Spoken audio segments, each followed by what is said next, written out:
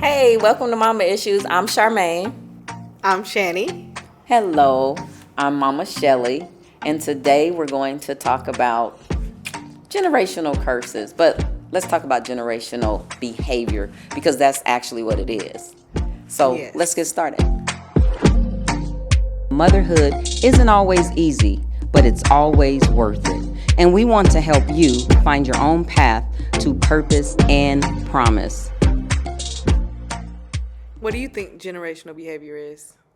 Oh my gosh, where do I begin? Let me start with kind of like what we shared before, how, growing up, seeing behaviors from my dad, being abusive to my mom, picking up that behavior, and then me marrying your father with that behavior as well. And then now I see some of that behavior that you've experienced, Charmaine, like you said, with your previous relationships. So as we pick up different behaviors along the way, I think sometimes consciously we're not aware of what we're doing and what the damage that it causes. Right, right. That's true. Because generational behaviors, just like you were saying, with your past relationship, even all the way back to your mother and your father, that's generational behavior that we have to watch. And so when I look at my daughter, Olivia, I think about generational behavior. What did you experience? I think about what did my mom experience versus what did I experience, and what am I passing on to Olivia, even Junior as a young man growing up. So, Well, talking about passing on behaviors to children, with my children, one of the behaviors that I passed on was not letting my children pick what they wanted to do, and I picked it for them because that's what I wanted for them, and it wasn't necessarily what they wanted for themselves because I didn't have everything that I wanted as a child. So I tried to live my life through my children. I know that sounds so cliche, but I actually did, like buying extra things and doing everything that they did not want, and I didn't focus on what they wanted because they're a child, and we should stray away from because you're a child, you don't know what you want. No, my kids know what they want for and sure, limits though, and it's and really limits. it's really a lot of time. Children need time. They don't want a lot of shoes and clothes. They want your undivided attention. They don't want TikTok when you pass them their phone. They want time. They don't want, oh, let's go to McDonald's. They want to cook with you. In reality. That's the So truth. taking away that generational behavior of I am giving you what I want.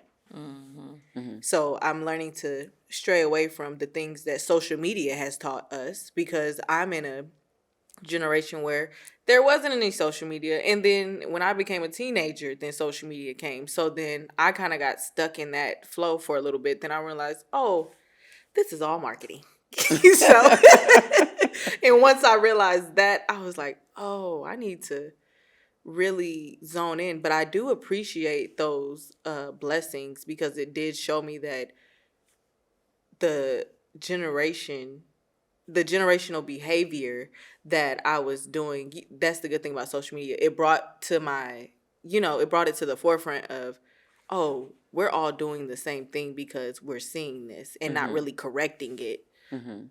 So, But you don't know what you don't know. yeah. And so that's where I was, going back to not having a mom at the age of 11 years old, losing her tragically. So never having that maternal upbringing, not knowing, what do I do when it's that time of the month, when it's a cycle. So I remember a conversation that you and I had, Shani, previously about, like, Mom, I didn't know how to treat myself as a woman with my body growing up, transitioning from childhood to a preteen through a teenager and a young woman. I didn't know that either. So Yes. imagine being in a household with a father, old school dad, just he and I, growing up that way, not knowing anything, just kind of being thrust. He was thrust into that position. I thank God that he took that reign and wanted to raise me, and not knowing how do I, not having any, maternal mother women in my life. Yeah. Just my dad and I. That did put a strain on the relationship for a long time because What relationship? our relationship, Oh, mama issues, mama issues. our relationship, always forgetting. It put a strain on our relationship because I felt like you were supposed to tell me how to maintain myself as a woman, and you were supposed to Yeah. tell me how to change my pad, and you were supposed to tell me how to take a shower. But the things, well, we all know how to. Let's make that clear. But in the beginning stages of being a young woman, like I learned it from our village, and I think that is not praised enough, that it takes a village to raise children. And because of the village that you did have, it was taught still. But like we have spoke before, we never want what God gives us in the way he gives it to us. So I appreciate that knowledge still came, but I did build a lot of resentment up because I'm like, I want you to tell me, but we can't keep expecting things from people that don't know. You just didn't know. So I brought to peace with myself, well, you don't know. And in a lot of moments, I'm sitting there with my children and I just don't know. I just don't know. That is the So then I look back and like, oh, you don't know. So So let me ask you this. When did you come to the realization of, because you were a teenage mother just like I was a teenage Right. mother. Generational Right, behavior. right. And looking back, my mom had my eldest brother when she was 15 years old. wow, really? And I can't imagine having a child that young, and where was her father? I never met her father. So grandpa, we called him dad. He's actually my great grandfather. My mom called him dad. hold on. No, I'm not. I'm rapping. What do you mean? So who was great granddaddy? Remember, you were like what, 8 years old? The great. Yeah, I know. Right. Yeah, okay. Yeah. Our great So when he grandfather. passed away, we called him dad, but my mom called him dad. So growing up, I thought that was her father, not realizing that was her grandfather. Oh. So her grandfather raised her, and her father was missing. And so what example did she really have as well? And so talking about generational behavior, she was a teenage mom, and I think her mom was a teenage mom because they were really close. And that's when she began to emotionally, mentally, spiritually fall apart when my grandmother passed. So I never really had that maternal influence. I didn't have a grandmother. She wasn't around because she had passed away. Transitioning as a child, 11 years old, my mom left. She passed away. And so where was the maternal figure in my life to pass on to you? So the behavior that was passed on, we're all mothers, whether you have a child or not. We have a womb. We have the power of the womb. And so we all have that maternal instinct. And I had the instinct, but to me it was taken away because I had to shift from childhood to parenthood. Childhood to parenthood. And I'm sure you can attest to what that may feel like. So how did you feel when did you realize my children, because you're still in your 20s, Right. when did you realize as a young mother, because that's a young mother, because I had all y'all Pregnant at babies running 18, around at that Pregnant point. at 18, Yes. pushing out at 19. Yeah. When did I recently, once my children got into school and the schedule started scheduling. So, Yeah. and I'm like, wow. Because how old is King? He. I should know this. They're my Oh, grandchildren. I forgot too. Yeah. So 8. So yeah, my oldest is 8. He's going on 9 this year. So I recently, he's in what, second grade. So I recently just realized that like the end of first grade for him. That why, because kindergarten, first grade, not discrediting. It's not as time consuming, but the more they get into schooling, the more they know, and the more they know, the more you have to learn. So pushing me to learn more and realize like me and my son's relationship, well, my oldest son, because the other one's baby is. Yeah, pushing myself to learn our relationship, because now he is getting old enough to understand our relationship. And being 8 years old, I remember being 8 years old and not being heard. So I am trying to stop that generational behavior of not being heard because you're too young, quote unquote. And that is really when I started to really know when he started to have an opinion, if that answers the question. When he started telling me what he likes to do, when he starts studying and start, Mom, the music that look at my song, and like, how are you even logged in? But yeah, so him being aware that he's a human, that's what started my journey of, oh, okay, because now I have to start editing myself, or not editing, showing you myself and showing you that I'm a human being and I make mistakes. I am not perfect, and just being honest and open to kill that generational behavior. Because another thing that stopped me, or that I have with my oldest, is that I didn't want to show him who I was because of generational behavior, because you always stood up as a strong woman and you never once complained about your position. And I thought that was what I had to do.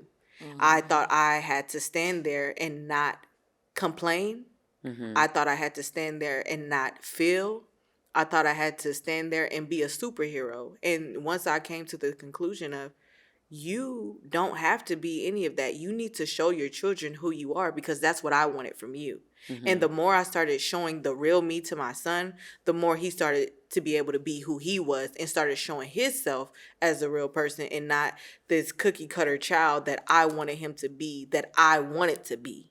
Yeah. So when you say your real self, what do you mean by real self? Because to me, growing up, and not trying to discredit anything, I validate everything that you say. Showing my real self, that was my real self. Survival mode. Take care of the kids. Go to work. Go to school. Get a degree, because I don't want to stay in the financial deficit that we were, because everything rested on my shoulders. Feeding you rested on my shoulders. Clothing you rested on my shoulders. Emotional, when you were going through, even though I know you say you feel like I wasn't there, like, imagine everything resting on my shoulders. So what I mean by that is, you never showed your personality. You just showed what you could do. So you never gave yourself the opportunity to live. You were only living. So I didn't want to pass that down to my children, of having a day-to-day routine and not having any substance besides living every day. I wanted to show my children that you can be alive and live and venture and be adventurous, because a lot of times growing up, you did not like to go out and do things, but now I understand that it roots from depression. It wasn't that you didn't want to, you didn't know how to. So yeah, that's pretty much. Definitely. So what do you think is a trait that, or a behavior that you feel like should be exposed, or Listening to you all, taken on? I think that first, you don't know what you don't know. But hearing you all, and especially you, Charmaine, how you're saying, how you've said before, you kind of vocalize. You don't have any problem expressing yourself. Okay. Yeah. All right. Moving right along. Okay, Charmaine. it's cleared up.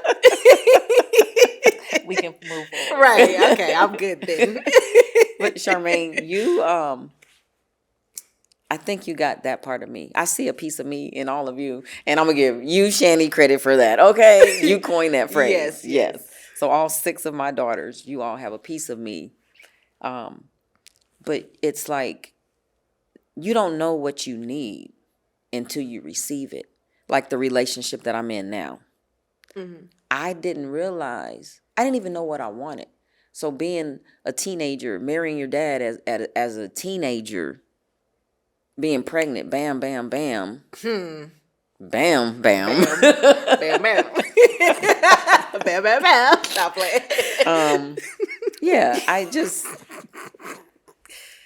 I'm you sorry. don't know what you don't know. So imagine, okay, generational, moving from my mom, not having her, then my dad. Then the moment I got a little burst of freedom because he sheltered me like most fathers do. Like I said, he treated me like a princess. I never got, okay, Stop this. let me correct, like most fathers should. Yes. Yes. Should. That's the responsibility of a father. But not knowing what I needed. I didn't know what type of man I liked. I didn't know what type of man I didn't like. Because I went straight from my dad's house to getting pregnant. Wow. Moving out. Getting That my sounds own. familiar. It sounds familiar? How it No, sound that familiar? because for me that's the same thing that happened with me. I left my mother's house. I got my own house.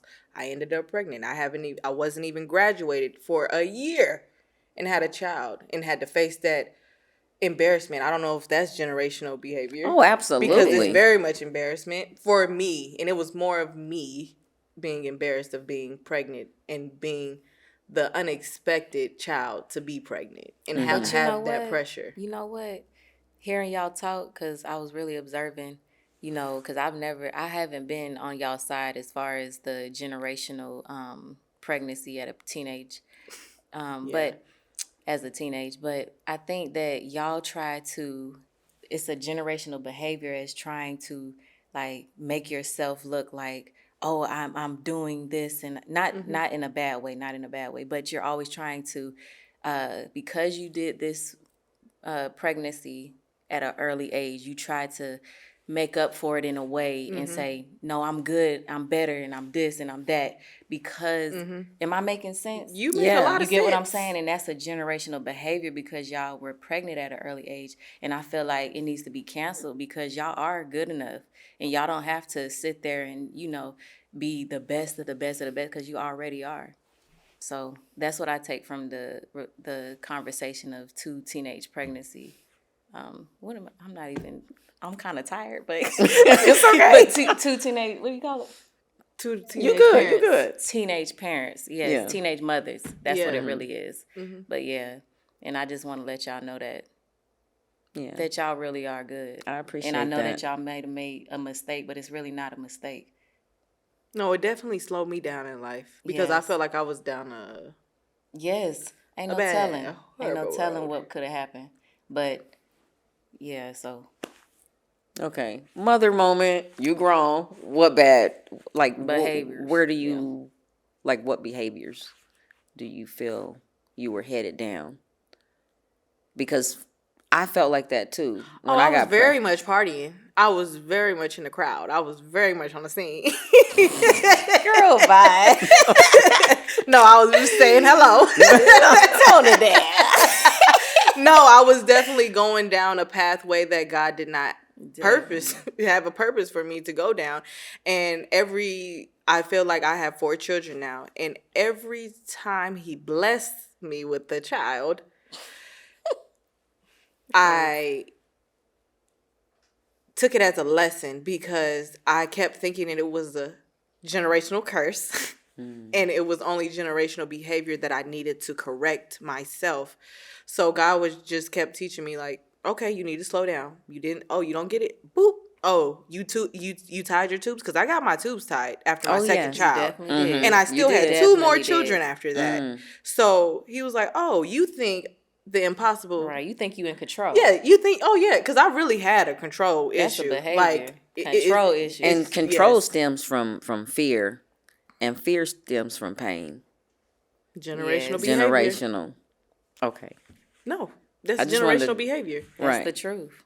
That is the truth. Yeah. But listening to you, this is so incredible. It's so amazing. I really thank you all for sharing and being open with me because it's healing. It's healing for me. And things I didn't know, because we're just now coming to the point where we can have conversations, where we can have positive conversations Not arguments. without the overwhelming emotion Yes. Yes. where it gets Intense muddled. emotion. Right. Yes. Because we haven't spoken about or tried to resolve anything. Yes. So I thank God for you all. But going back to saving lives as an early age, your sister, Chris, she saved my life because I didn't realize I was still depressed from losing my mom. Those were silent years. And I'm Yes. just now unwrapping that. And it's still difficult. Wow. It's still difficult. But when the moment is right, I'll be able to share. I don't want to share prematurely because I really have to understand where my life was, where it is, and where it's going. But realizing generationally, these things were really kind of put upon me, and we just did the best we could What things? with what things like, my mom passing and choosing the wrong person and getting pregnant and not even knowing fully about sex. My father never talked to me about sex. His sex talk was, don't you go out there and get yourself in trouble. Right. We didn't have to talk at every all. parent We didn't have to talk at all. So then growing up, I felt like I let people use me because I didn't know. I'm just out there willy-nilly, just out there free and like, oh, I don't know. You don't know what you don't know. Contraceptive.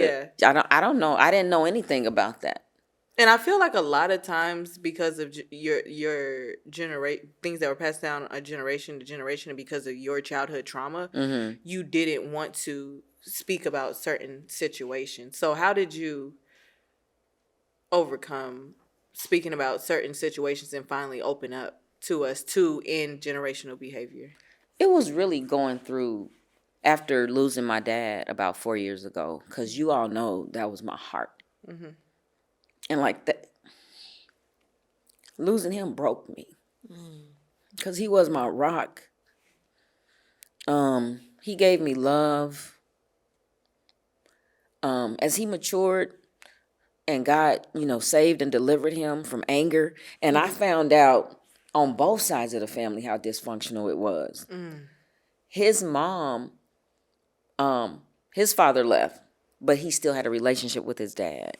But his mother left him. So understanding the pattern that on both sides of my family, generational wise, the mother was missing. Wow. And so when I became a mother, I didn't want to have kids. I really didn't. Girl, and me when either. I had 6 children later, but